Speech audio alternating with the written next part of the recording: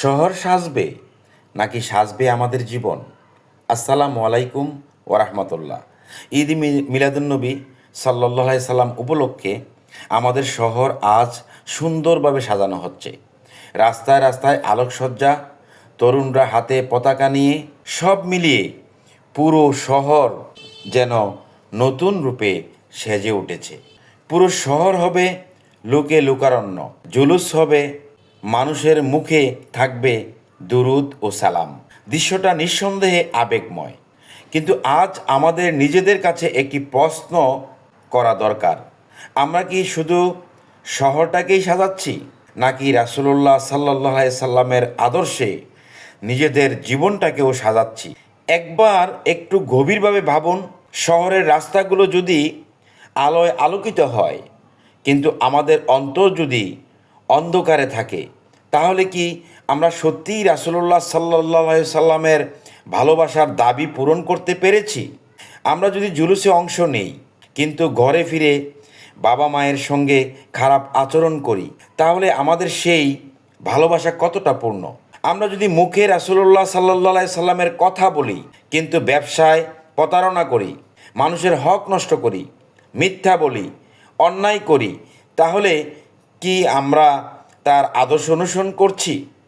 রাসূলুল্লাহ সাল্লাল্লাহু আলাইহি সাল্লামকে ভালোবাসার সবচেয়ে সুন্দর প্রমাণ হলো তার সুন্নাহ ও আদর্শকে জীবনে ধারণ করা।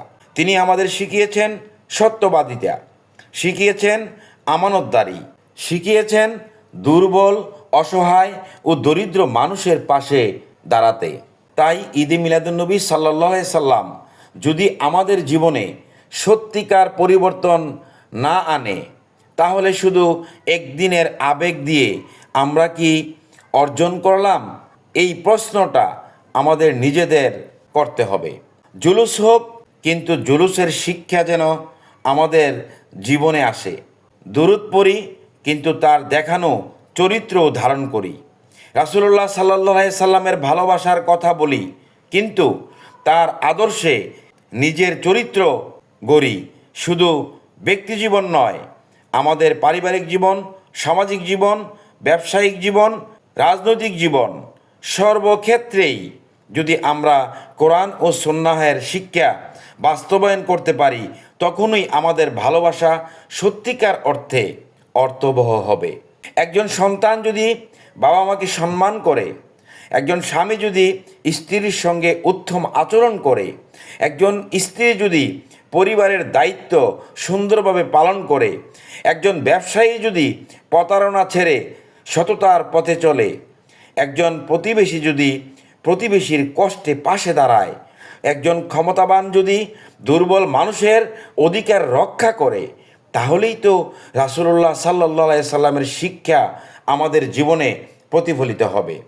কারণ রাসূলুল্লাহ সাল্লাল্লাহু আলাইহি সাল্লাম শুধু একটি দিনের জন্য আসেননি, তিনি এসেছেন মানুষের জীবনকে আলোকিত করার জন্য। তাই আসুন ভালোবাসা নিয়ে জুলুসে অংশ নেই, দরুদ ও সালাম পাঠ করি, কিন্তু সেই সঙ্গে নিজেদের কাছেও একটি অঙ্গীকার করি। আমাদের পরিবার আমাদের কাছে থেকে ভালোবাসা পাবে, আমরা প্রতিবেশী আমার কাছ থেকে নিরাপদ থাকবে, আমাদের কারণে কোনো মানুষ কষ্ট পাবে না।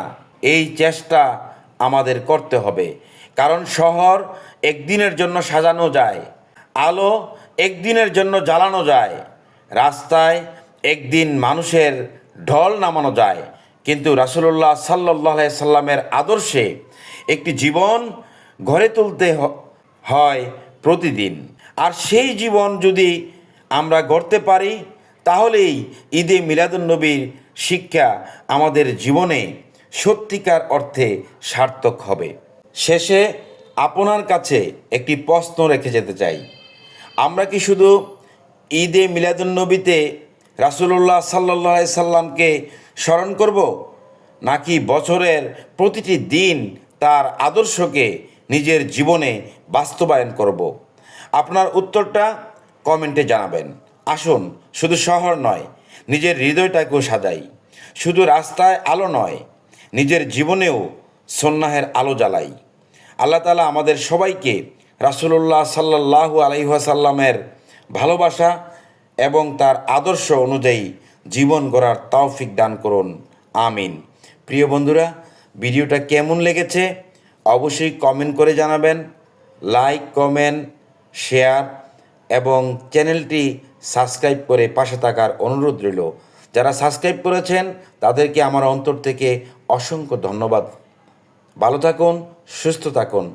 আল্লাহ হাফেজ।